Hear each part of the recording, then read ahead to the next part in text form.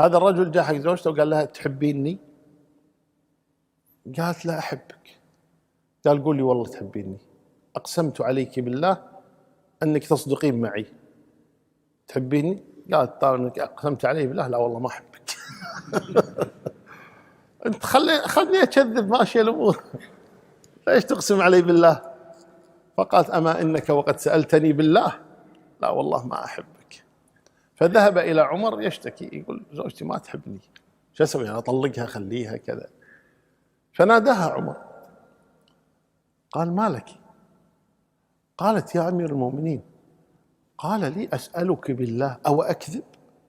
قال نعم اكذبي، نعم اكذبي. وهل كل البيوت تقوم على الحب؟ وإنما تقوم على الإسلام والإحسان، فكل ما جاز فيه الكذب جاز فيه الحلف عليه، كل ما جاز فيه الكذب جاز فيه الحلف عليه. يعني الآن قلنا الكذب يجوز في ثلاثة أمور: في الحرب، وفي الإصلاح ذات البين، وفي بين الزوجين. طالما أنه جاز الكذب جاز الحلف عليه.